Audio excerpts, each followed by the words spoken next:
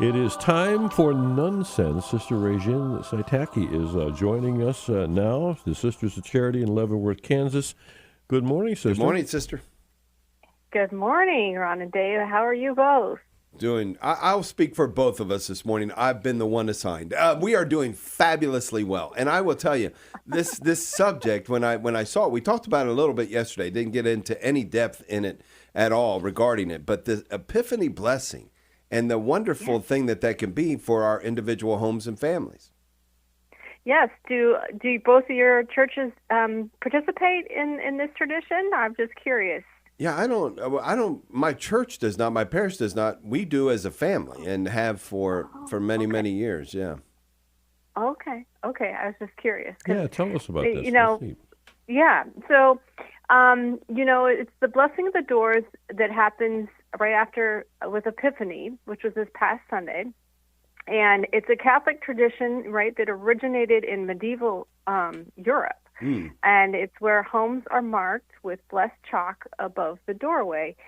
And for this year, it'll read 20, like the number 20, and then it looks like a plus sign, but there are supposed to be crosses. And it's C, cross, M, cross, put another little cross, B, and then another cross, and 26.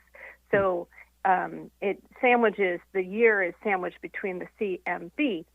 And found out that it can mean a couple things. One, it could be after the wise men, the names Casper, Melchior, and Balthazar. But I think more fittingly is the Latin phrase Christus Mansionem Benedictat, which means may Christ bless this house. I had no idea. I always thought it was the three wise men exclusively. I had no idea there was another opportunity there. I love that.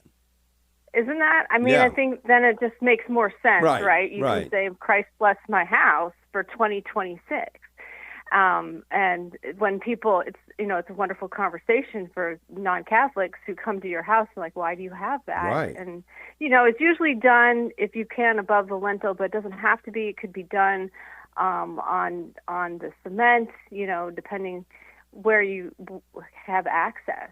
But it's just beautiful. And why are we doing it? It's a public declaration of faith and an invitation for Christ to dwell in the home.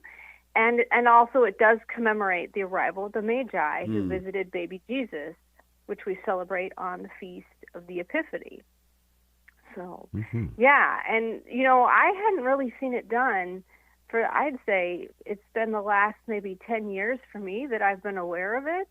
And usually what happens is your parish will have the priest blesses the chalk, and then you can take the chalk home and use it at your home. So the priest doesn't have to be the one that does it because he's blessed the chalk. Right. And usually they will also give you a blessing, some prayers to say as you're writing this.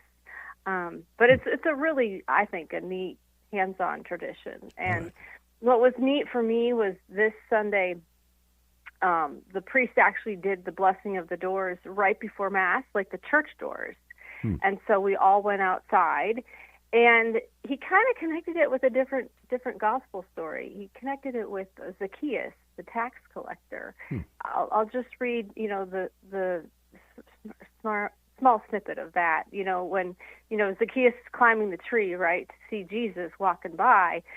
And Jesus, of course, sees him, and he's like, Zacchaeus, come down quickly because I got to stay at your house today. So, Zacchaeus was overwhelmed with joy. And, of course, everyone else is like, why is he doing this? He's staying in the house of a sinner, right? But, Zacchaeus is like, a tax collector. So I'll give half my possessions to the poor. And then Jesus says, today salvation has come to this house. This man, too, is a descendant of Abraham. And I think here's the adult Jesus, right? Because we often think of, baby Jesus coming to our house. But he's in our homes as well to dwell. And Zacchaeus can be any of us, right? We're all sinners. And so just as the Magi followed a star, right, that shone on the place where Jesus lay, so too must Christ dwell in our homes and our hearts to shine forth for everyone to see. And I just thought that was a beautiful way to connect, Epiphany to the reality of why are we doing this and of blessing our homes, right? I love that. Yeah, Isn't that pretty? I love it too. And if you would like, Catholic News Agency, CatholicNewsAgency.com, has the story about the blessing, by the way, has the blessing, the words for the blessing, if you'd like to participate. It's a beautiful, wonderful thing. I had not and have never been in a parish where the priest blesses the chalk, but I'm going to encourage that. I love that. Take blessed chalk and do that. And then the rest of the prayers are very appropriate for the family itself to do in a gathering, a celebration. In fact, Eileen and I are going to the home of a family nearby that are doing their blessing on Friday just to participate in theirs. And so kind of as a wonderful way to gather people together as well as you do your blessing. Well, Sister Rejane, you've done it again. Oh.